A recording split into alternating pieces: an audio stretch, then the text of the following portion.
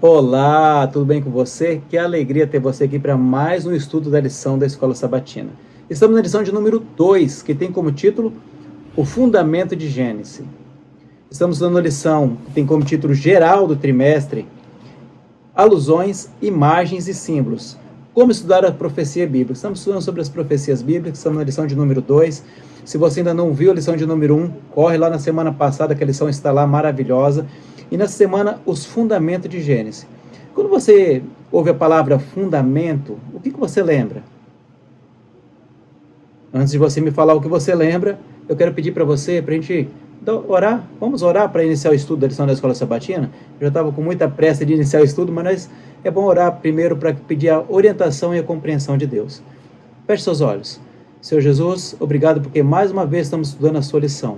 Que mais uma vez estamos aprendendo sobre as suas profecias, que não é difícil, basta apenas a gente pedir a sua orientação, estudar, que nós vamos compreender tudo o que você deixou para nós aqui nessa terra, através dos seus ensinamentos.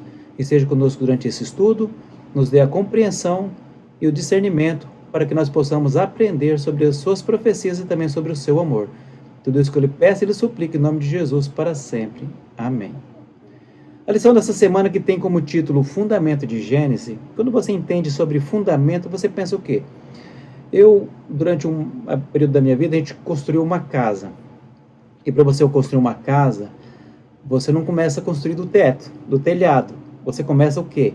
Da fundação. Você começa a construir ali o alicerce da casa.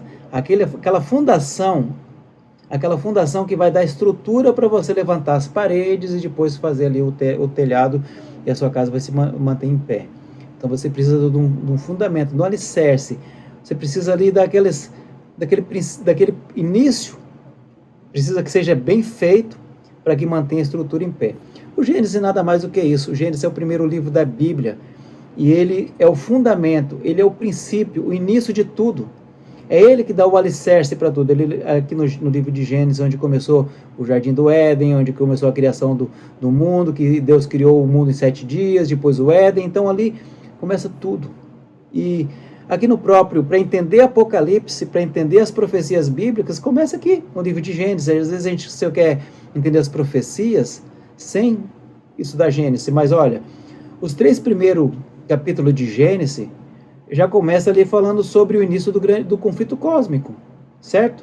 Então, o livro de Gênesis, ele é o princípio, ele é onde vai te ajudar a entender o Apocalipse a partir do momento que você estuda, porque muitas vezes todos nós estudamos o livro de Gênesis. É um dos livros talvez mais lidos da Bíblia, porque todo mundo começou no bíblico, já começa o livro de Gênesis, e depois lá na frente ele parou no bíblico, mas o livro de Gênesis ele leu. Então nós precisamos agora entender, ler com uma certa profundidade para que a gente possa entender melhor quando chegarmos no livro de Apocalipse, que vai falando ali sobre as profecias bíblicas, porque tudo aqui, a origem de tudo, começa aqui no livro de Gênesis. Aqui na parte de domingo, já dando início à lição dessa semana, vem falando sobre o princípio da primeira menção. Todo livro que você pega um livro para ler, a própria lição da Escola Sabatina, antes de você começar a ler a lição número 1, tem o que ali? A introdução. Todo livro tem uma introdução. Aquela introdução ela vai te dar um pontapé inicial para você entender o que vai ter ali naqueles conteúdos. E o livro de Gênesis diz aqui, um pouquinho à frente do primeiro parágrafo, diz assim, da mesma forma como lemos a Bíblia inteira, vemos que Deus também apresenta uma disciplina introdutória no livro de Gênesis. Ele introduz ideias que serão tratadas com mais detalhe no restante da Bíblia. Ou seja, o livro de Gênesis é uma versão introdutória de várias coisas que serão tratadas durante todo o estudo da Bíblia. Então, você estudando muito bem o livro de Gênesis, durante a sua leitura da Bíblia, você vai conseguir compreender muito melhor algumas coisas lá na frente. Porque o livro de Gênesis, na verdade, está sendo uma versão introdutória para poder entender melhor alguns livros da Bíblia. E nós sabemos que tudo, na vida, por exemplo, assim, você não aprende, você primeiro aprende as vogais, na escola, você aprendeu ali as vogais, e depois você entende que aquelas vogais, elas fazem parte do quê? Do alfabeto. Então você aprende as vogais, depois você vai aprender o alfabeto, e depois que você aprendeu o alfabeto, com o alfabeto você consegue formar frases, a escrever. Então tudo tem um início, o meio, depois você vai ampliando, a sua gama vai aumentando, as dificuldades vão aumentando. Então você começa com as vogais, depois você aprende os alfabetos, depois que você entendeu o alfabeto, você começa a formar frases, e depois que você forma frases, você começa a escrever textos. Também é assim na Bíblia.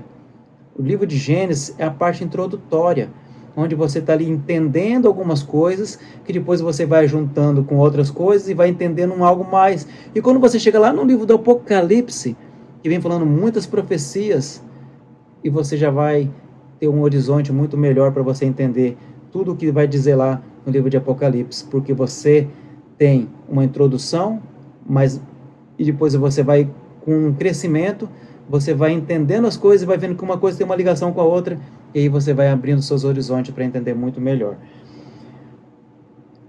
Aqui depois da pergunta número 1, diz assim, ó, hoje, grande parte da sociedade prefere falar sobre credibilidade em vez de verdade.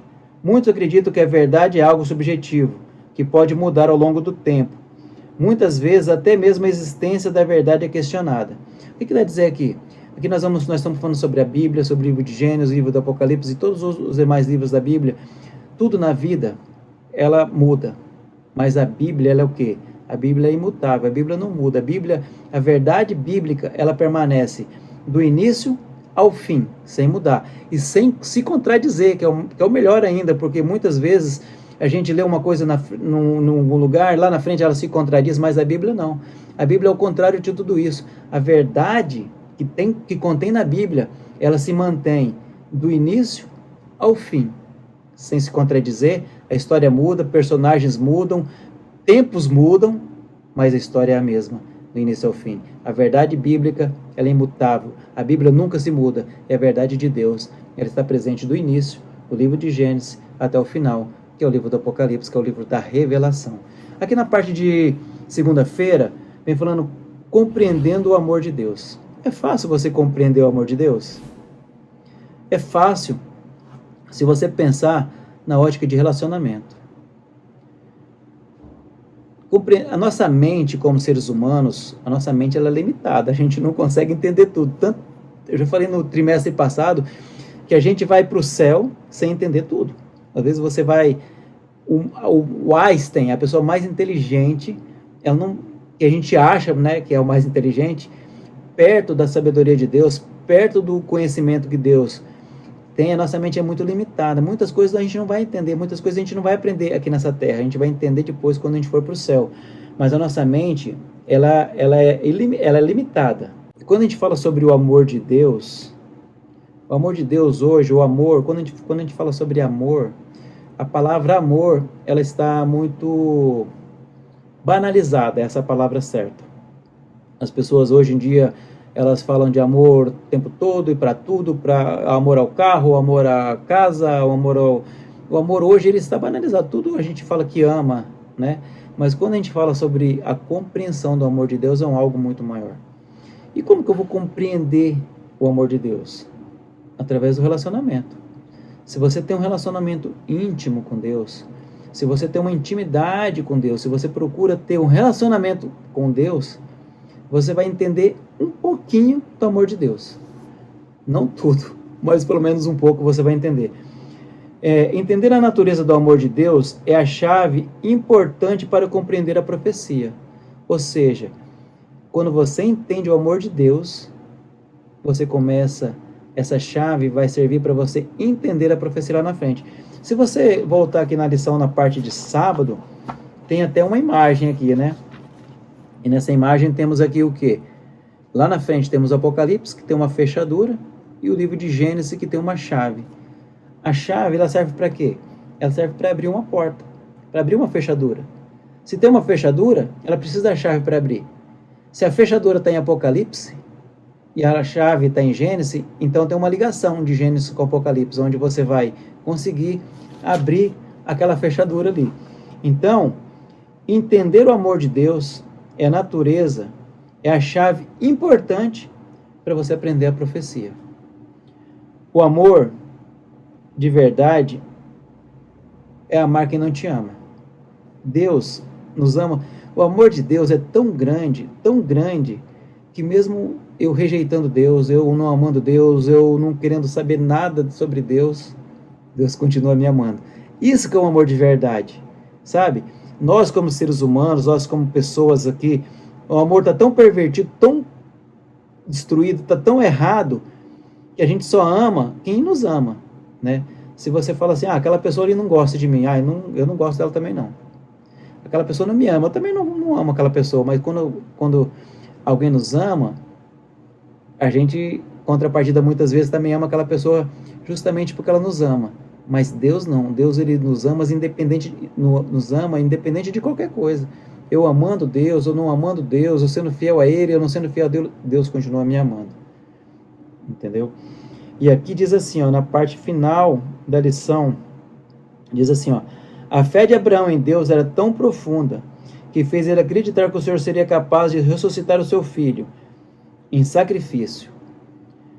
Abraão e Isaac, Abraão subiu com Isaac para fazer um sacrifício. Abraão é pai, Isaac é filho, e durante 3 dias ali subindo para fazer o sacrifício era quem? Era Isaac. Deus tinha pedido que Abraão usasse seu filho como sacrifício. Imagina Abraão durante 3 dias subindo, lembrando que o seu filho seria o sacrifício. Como que Abraão, o que passava na mente de Abraão? Porque um pai, imagina o amor que um pai tem por um filho. O que passava na mente de Abraão enquanto Abraão estava ali subindo aquela montanha para fazer um sacrifício, que era o seu próprio filho? Esse mesmo amor de Abraão com seu filho, Abraão ele estava subindo para sacrificar seu filho, mas ele sabia que Deus ia dar um jeito, que Deus ia providenciar. A lição diz aqui, a fé de Abraão era tão profunda que o fez acreditar que o Senhor seria capaz de ressuscitar seu filho se ele caso ele oferecesse em sacrifício. Ou seja, Abraão ele estava cumprindo a ordem de Deus, mas o que ele esperava em troca? A fé dele é que se Deus tirasse o filho dele, Deus traria de volta. Lá na frente, quando a gente chega lá no livro de Mateus, o que acontece? Deus fez a mesma coisa que de Abraão. Isaac era o sacrifício. Lá na frente, Deus enviou seu próprio filho para ser o nosso sacrifício. O nosso sacrifício para morrer em nosso lugar. Deus também, assim como Abraão, quando chegou aqui na história de Abraão, nós vamos já falar um pouquinho mais sobre Isaac e Abraão. Mas quando Abraão foi sacrificar o seu filho, Deus não deixou. E Deus deu o quê? Um cordeiro para ser sacrificado no lugar de Isaac. E qual que é o cordeiro que nós lemos aqui no verso áureo que tira o pecado do mundo? É Deus, é Jesus. Quando Deus deu o seu próprio filho Jesus para vir aqui nessa terra e morrer em meu e seu lugar, Cristo ali foi o cordeiro para nos salvar. Na época do Antigo Testamento, quem era o cordeiro? O cordeiro era um animal que era sacrificado para que os pecados da humanidade fossem perdoados. Aquele animal é como se a gente transferisse os nossos pecados para aquele cordeiro, e o sacrifício daquele cordeiro nos dava liberdade para aquele pecado já não existir mais. Mas a partir do Novo Testamento, eliminou a morte do cordeiro. E quem que virou o cordeiro? O próprio Cristo. E nós vamos aqui agora na parte de terça-feira, já vem falando sobre o cordeiro, né? Vem falando sobre Isaac pergunta. A pergunta de Isaac: onde está o cordeiro? Isaac, né? Ele era um garoto muito inteligente e sábio. Ele estava subindo ali a montanha com seu pai e ele devia estar assim: cadê o cordeiro? Não tem cordeiro, né? Nós vamos sacrificar o quê? Lá em cima do morro que não vai ter um cordeiro, né? Mas Isaac confiava no seu pai, assim como seu pai, Abraão, confiava em Deus. Eles estavam os dois subindo ali, Abraão subindo e pensando: e agora? Meu filho é o sacrifício. Isaac devia estar pensando assim: e agora? Cadê o cordeiro? Quem vai ser sacrificado? Alguém ia ter que ser sacrificado. Quem seria sacrificado? Eu fico pensando assim, né, quando a gente estava falando aqui na parte de segunda-feira, a questão do amor. E eu fico imaginando como que naquela época eles trabalhavam essa fé em Deus, esse amor por Deus, porque eu sou pai, né, tenho filho, e se eu tivesse indo para algum lugar com meu filho, fazer um sacrifício, e meu filho não visse ali algo para ser sacrificado, eu penso que ele ia ficar muito desconfiado, e ele, em algum momento, iria tentar fugir.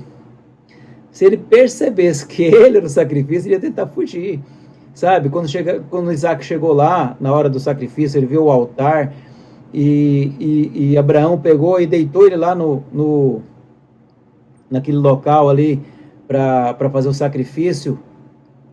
Se fosse um outro jovem, ele teria fugido, porque Abraão já era velho, e o filho era forte, era ágil, ele podia ter saído correndo e Abraão não ter pegado ele, não ter conseguido alcançá-lo.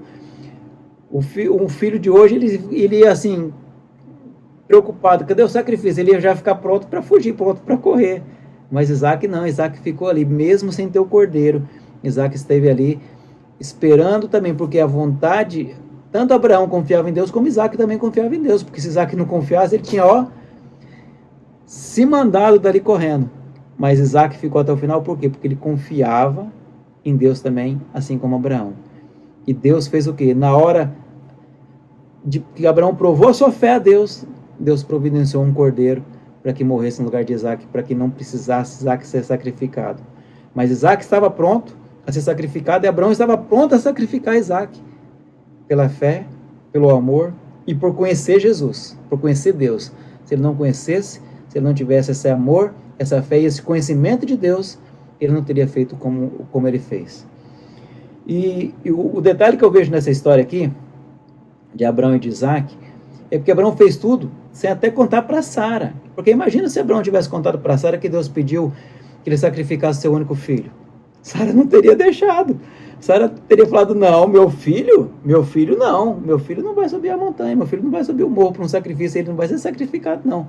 Então Abraão confiava tanto em Deus que nem para a própria esposa ele contou, ele ficou quietinho ali, preparou tudo, subiu com Isaac o morro, e na hora certa, Deus viu a fé e o amor de Abraão. Deus não deixou ele fazer aquilo, ele providenciou um cordeiro. Entrando aqui na parte de quarta-feira, vem como título Lidando com a Morte. A morte é o quê? A morte é o fruto do pecado. Antes do pecado entrar no mundo, não existia morte. A partir do momento que o pecado entrou no mundo, lá no Jardim do Éden, começou a haver a morte. A primeira morte foi ali a morte de Abel. Mas antes da primeira morte ocorrer, Adão já tinha ficado muito triste quando ele viu a primeira folha de árvore cair. Quando Adão viu a primeira folha de árvore cair, Adão chorou, porque ele viu as consequências do pecado. E quando Caim matou Abel não tinha feito nada para merecer aquela morte. Abel apenas cumpriu a ordem de Deus e foi morto inocente. Imagina a dor de Adão ver um filho matar o outro, sem que aquele filho não tivesse feito nada, apenas obedeceu a ordem de Deus. Então, como lidar com a morte? A morte é terrível, né? A morte é o fruto do pecado, que começou no Jardim do Éden e foi vindo até os dias de hoje. Quando a serpente tentou enganar Adão e Eva lá no Jardim do Éden, que ela falou que se comesse do fruto, certamente não morreria. Por quê? Porque ela sabia, o Satanás ele faz isso com a gente, e Satanás ele gosta de fazer como se fossem jogos, né? Satanás ele brinca com a nossa cabeça, ele fala uma coisa, tipo assim, ele falava assim para Eva assim, pode comer, certamente que não morrerás. Porque ele sabia que se Eva comesse, ela não ia cair ali dura, como se fala, né? Cair morta no chão. Por quê? Porque Satanás sabia que com o pecado de Eva, com a desobediência dela de comer do fruto, o pecado entraria no mundo, e aí as pessoas morreriam depois disso. A morte ia começar, não só a morte das pessoas, mas as folhas começaram a cair, os animais começaram a morrer, porque começou a haver o sacrifício para poder nos salvar do pecado, né? Que o animal, o cordeiro que é sacrificado para que o meu pecado fosse transferido para aquele cordeiro, para que eu agora não tivesse mais pecado, então as coisas começaram, a morte começou através do pecado. Desde a morte ali de Abel, que foi injusta, porque ele apenas confiou em Deus, apenas fez o que Deus havia mandado. Caim, que não fez o que Deus tinha mandado, e depois ele ficou irritado, porque a oferta dele não foi aceita, e ele foi lá e matou seu irmão, que apenas tinha cumprido a ordem de Deus. Também nós vemos que a morte de Jesus foi injusta, porque Jesus também era sem pecado nenhum. Jesus era um ser sem pecado, que veio para essa terra, passou aqui durante toda a sua vida sem pecar, e depois ele morreu em seu lugar, para que eu pudesse salvar, e para que você também pudesse salvar. E na parte de quinta-feira, vem falando sobre a serpente, né? Temos a serpente ali no Éden, enganando Adão e Eva, e temos a serpente também lá no livro de Apocalipse, em Apocalipse 13, que é o dragão. Quem é a serpente, o dragão lá de Apocalipse? É nada mais do que Satanás. Satanás não faz nada novo. Satanás, ele não inova. Tudo que dá, como diz lá como diz aquele ditado que diz assim, time que está ganhando não se mexe. Satanás, ele começou lá no início da história, no livro de Gênesis, tentando enganar Eva, ali como uma serpente que enganou a Eva, fez ela pecar, comer do fruto, né? E Satanás também, durante toda a sua história, ele manteve a mesma tática, sabe? Porque ele consegue nos enganar. A gente não aprende com os erros. Tipo, Eva errou, Satanás usou a serpente ali para enganar Eva, e depois Satanás, durante toda a história, ele vem nos enganando, e a gente continua caindo nos erros. A gente continua sendo enganado por Satanás. A gente não aprendeu com a história, a gente não viu o erro de Eva. Opa, não vou mais agora, eu vou prestar mais atenção, Satanás não vai conseguir mais me fazer pecar, mas não, Satanás, ele continua nos fazendo pecar, porque a gente não, infelizmente, a gente não aprende com os nossos erros, e Satanás não precisa ele mudar. Satanás, ele é o mesmo, desde o início até hoje, ele usa a mesma tática, porque ele continua nos fazendo pecar. Então, Satanás não inova, Satanás, ele continua fazendo tudo, porque ele faz isso, porque desde também lá do início, por que Satanás se revelou lá no grande conflito, no início da história? Porque ele queria adoração, ele queria ser importante, ele queria que tanto os anjos quanto Deus o adorassem, né? A adoração de Satanás, que gerou tudo esse grande conflito, todo esse conflito cósmico lá no início. Então, desde o Éden até hoje, ele não muda, ele continua seduzindo o mundo da mesma forma, e usando de símbolos, usando a serpente lá no Éden, usando a serpente também aqui em Apocalipse 13, de 2 a 4. Então, o dragão, que está dizendo aqui na lição, o dragão é identificado como aquele que promove falso sistema de adoração, ou seja, o Satanás, ele quer ser adorado. E aqui já depois, depois da pergunta número 5, está dizendo assim, ó, o segundo está falando da segunda serpente, lá de Apocalipse 12, 13, que é Satanás, é identificado como o sedutor do mundo, ou seja, Satanás, ele é o sedutor que nos seduz para que nós podamos pecar. Como eu falei aqui no início, Satanás não precisa mudar sua tática, ele mantém a mesma tática, e nós, como bobinhos que somos, caímos nas armadilhas, nas artimanhas de Satanás, e deixamos o pecado entrar no mundo através dos nossos atos, das nossas ações, e de nós não aprendermos com nossos erros. A lição dessa semana ela está muito boa, ela vem trazendo aqui esse fundamento que é o livro de Gênesis, para que a gente possa entender melhor o Apocalipse. Então, toda vez que formos estudar o livro de Gênesis, vamos estudar agora com mais atenção os detalhes, para que lá na frente, em toda a leitura da Bíblia, a gente vai sempre pegando uma pecinha de outra, juntando com o livro de Gênesis, e a gente vai conseguindo desvendar as profecias e os mistérios que às vezes a gente acha que tem aqui na Bíblia, mas que não.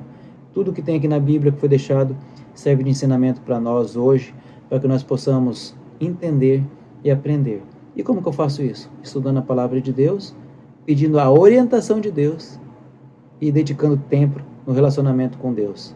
Tudo isso vai me ajudar a entender não só profecias bíblicas, mas todos os ensinamentos que Deus deixou para mim e para você. Eu te agradeço pela sua companhia, eu te agradeço porque você está aqui comigo mais uma vez estudando a lição. Esteja comigo aqui na próxima semana e vamos orar para encerrar a lição dessa semana.